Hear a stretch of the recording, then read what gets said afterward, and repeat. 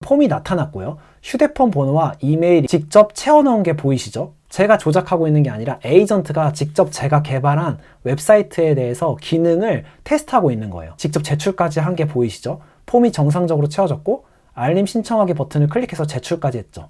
결과 화면이 나타났고 성공 메시지가 표시된 것 같다. 테스트를 이렇게 완료해 준 거예요. 네, 여러분 안녕하세요. 보았습니다. 오늘은 에이전트 브라우저라는 걸 활용해서 클로드 코드에 눈을 달아줄 거예요. 그래서 웹 서비스 QA, 즉 테스트를 자동화하는 방법에 대해 자세히 설명드릴 텐데요.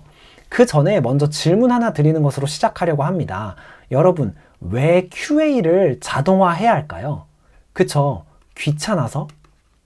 저도 너무 공감 가는 이유인데요.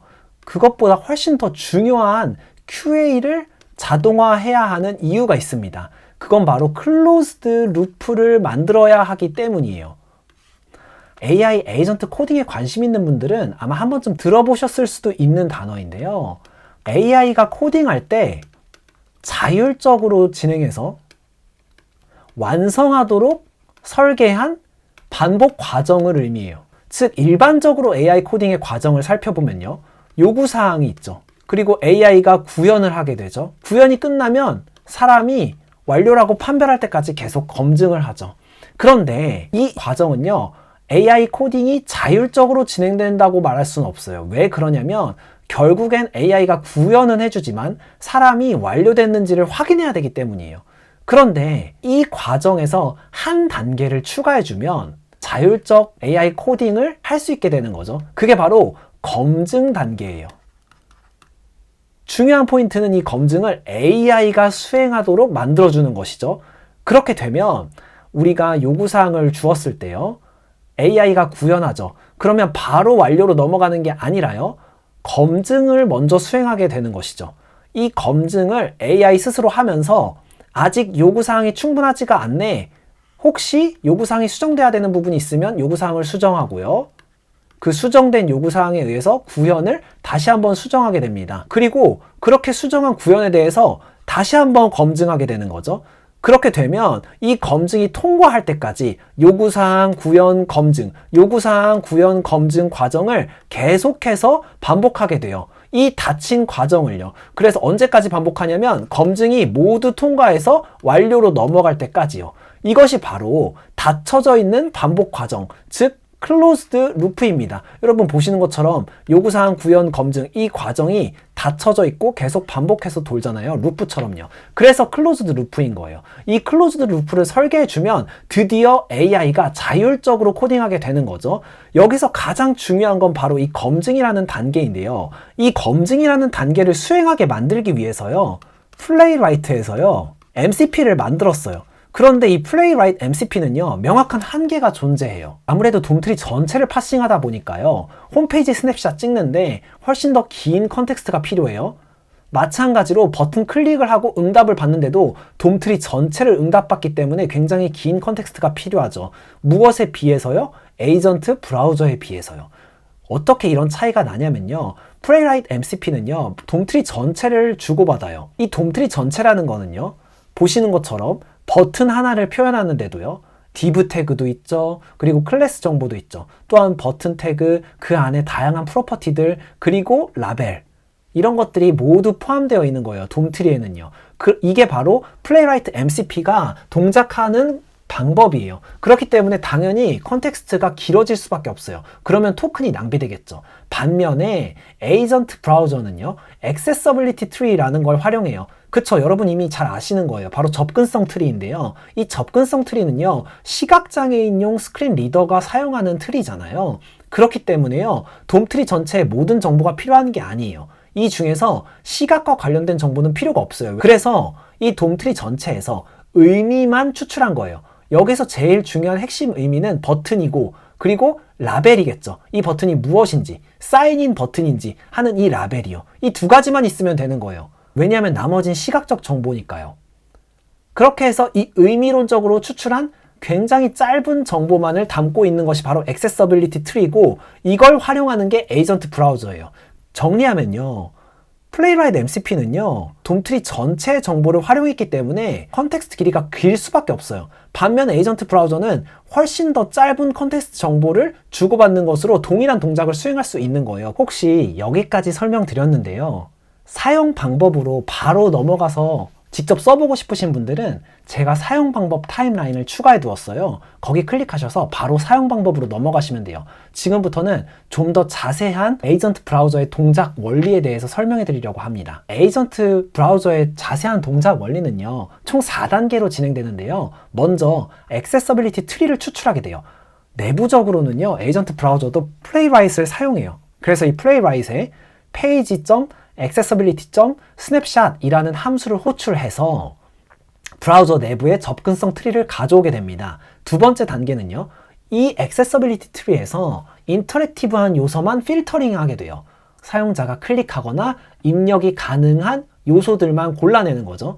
어떤 것들이 있는지 여러분 잘 아시죠? 온클릭 핸들러가 붙은 버튼, 또 탭 인덱스 속성이 있는 요소들, 이런 것들이겠죠. 그리고 나서 그 인터랙티브한 요소들의 레프 값을 할당하게 되는데요. 짧은 참조 아이디를 레프에 할당하게 돼요. 그리고 나서 이 할당한 레프들을요, 맵으로 만들어서 캐싱하게 됩니다. 왜냐하면 나중에 재사용하기 쉽도록이요. 이렇게 4단계 준비까지 끝나면 명령을 받을 준비가 끝난 거예요. 그 다음에 클릭 E1이라는 명령이 오게 되면요, 레프 맵에서요, E1을 찾게 돼요. 그래서 플레이라이트에 getByRole이라는 함수를 호출하게 되는 거예요. 앞에서 추출했던 버튼 태그 이름과 네임을 인자로 전달해서요. 이렇게 플레이라이트에 getByRole을 호출하게 되면 해당 요소를 브라우저에서 클릭할 수 있게 되는 거죠. 그러면 여기서 레프 맵을 조회하는 데모는 무엇이고 어떻게 이 CLI를 파싱하게 되는 걸까요? 그것은 에이전트 브라우저가 내부적으로 3단계 레이어로 구성되어 있기 때문이에요. 가장 먼저는요, 러스트로 구성된 CLI 레이어고요. 그리고 중간에 Node.js 데몬이 떠 있어요. 마지막으로 크로미움 브라우저가 있겠죠. 이렇게 세 가지 계층으로 되어 있어서요, 앞에서 말씀드린 것처럼 에이전트 브라우저의 클릭 E1을 실행하게 되면 내부적으로는요, 러스트 CLI에서 이 아규먼트를 파싱하게 돼요. 클릭이라는 액션과 E1이라는 셀렉터를 추출해서요, 유닉스 소켓으로 제이슨으로 파싱한 이 메시지를 전송하게 됩니다. 어디로 전송하냐면 이 Node.js 데몬으로요. 그러면 이 Node.js 데몬이요, 이 명령을 조드로 검증하고요, 레프 값을 해석해서요, 크로미움에게 CDP로 명령을 전달하는 거예요. 이때 전송하는 명령은 제이슨인데요, 액션은 클릭이다, 그리고 셀렉터는 E1이다. 그리고 나서 플레이라이트로 실제 클릭을 실행하면요, 응답을 반환하게 되는데 done이라는 값만 응답 받게 되는 거예요.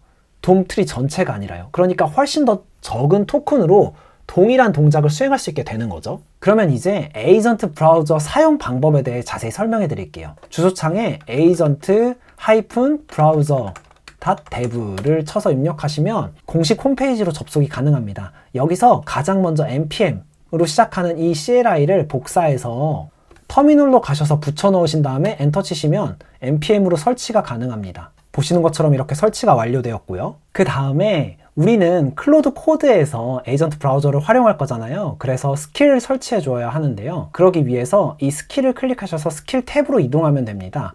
스킬이 총 4가지가 있는데요. 가장 먼저 첫 번째인 에이전트 브라우저라는 스킬을 설치하기 위해서 첫 번째 줄을 복사하신 후에요, 터미널에서 붙여 넣으시고 엔터 치시면 버셀에서 배포한 에이전트 브라우저라는 스킬을 설치하실 수 있게 됩니다. 이때 다양한 에이전트를 추가하실 수 있는데요. 저는 클로드 코드만 우선 추가를 해볼게요. 그리고 나서 엔터 누르시면 프로젝트에 설치할지 글로벌에 설치할지를 물어보게 되고요. 글로벌에 전 설치하겠습니다. simlink 선택해 주시면 돼요. 그리고 나서 yes라고 진행하시면 installed one skill 이라는 안내 문구가 나오는데요. 이러면 끝난 거예요. 그리고 나서 클로드를 실행해 보면요, 여기서 슬래시 하시면 에이전트 브라우저라는 스킬을 확인하실 수가 있어요.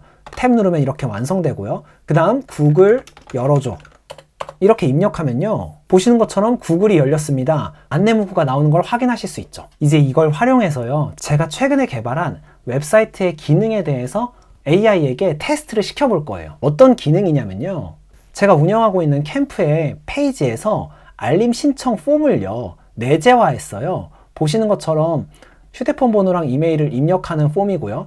알림 신청하기를 누르게 되면 이렇게 신청 중이 되고요, 그 다음 알림 신청이 완료되었어요. 캠프 시작 한 달 전에 미리 알려드릴게요. 라는 문구가 보이는 기능이에요. 이 기능을 에이전트에게 테스트하라고 시켜볼게요. 우선은 배포되어 있는 이 사이트의 주소를 복사합니다. 그리고 에이전트 브라우저 스킬을 호출한 상태에서요. 복사했던 주소를 입력해 주고요. 알림 신청 버튼을 클릭해서 보이는 폼을 모두 작성한 후 제출하고 성공적으로 제출되는지 테스트해줘. 이렇게 프롬프트를 입력하면요. 보시는 것처럼 페이지를 열고 알림 신청 폼 테스트를 진행하겠습니다 라고 나오는데요. 이렇게 페이지를 열고요. 제가 아무것도 하고 있지 않은데요. 페이지가 로드되었다고 나오네요.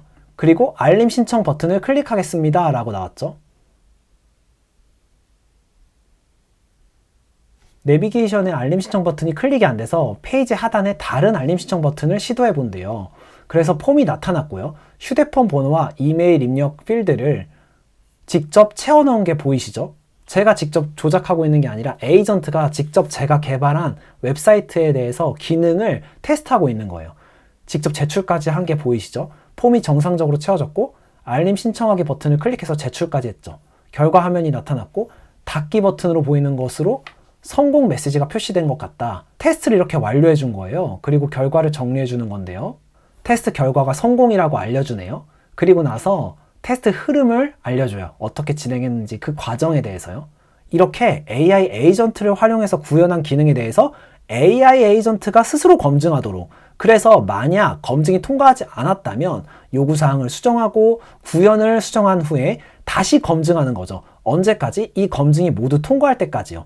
그렇게 클로즈드 루프를 만들어서 계속 개발하게 되면 결국엔 사람의 개입 없이 진정한 자율적 AI 코딩이 완성되는 거죠. 이 과정을 에이전트 브라우저를 활용하면 플레이라이트 MCP를 활용하는 것보다 훨씬 더 빠르게 적은 토큰으로 수행할 수 있는 거죠. 이 에이전트 브라우저에는요, 에이전트 브라우저라는 스킬 외에도 도그푸드, 일렉트론, 슬랙이라는 세 가지 스킬이 더 있어요. 특히 도그푸드라는 스킬은요, QA에 특화되어 있어요. 그래서 여러분들 스킬 설치하셔서 테스트해 보시면 훨씬 더 제대로 된 검증 수행하실 수 있을 거예요. 그리고 슬랙이라는 스킬은요, 여러분 잘 아시는 것처럼 슬랙 브라우저를 자동화하는 거예요. 슬랙 브라우저, 제가 이전에 설명드렸던 것처럼 일렉트론으로 되어 있잖아요. 그렇기 때문에 일렉트론이라는 스킬도 있어요. 이미 CLI로 잘 포장해 놓은 거예요. 버셀에서요.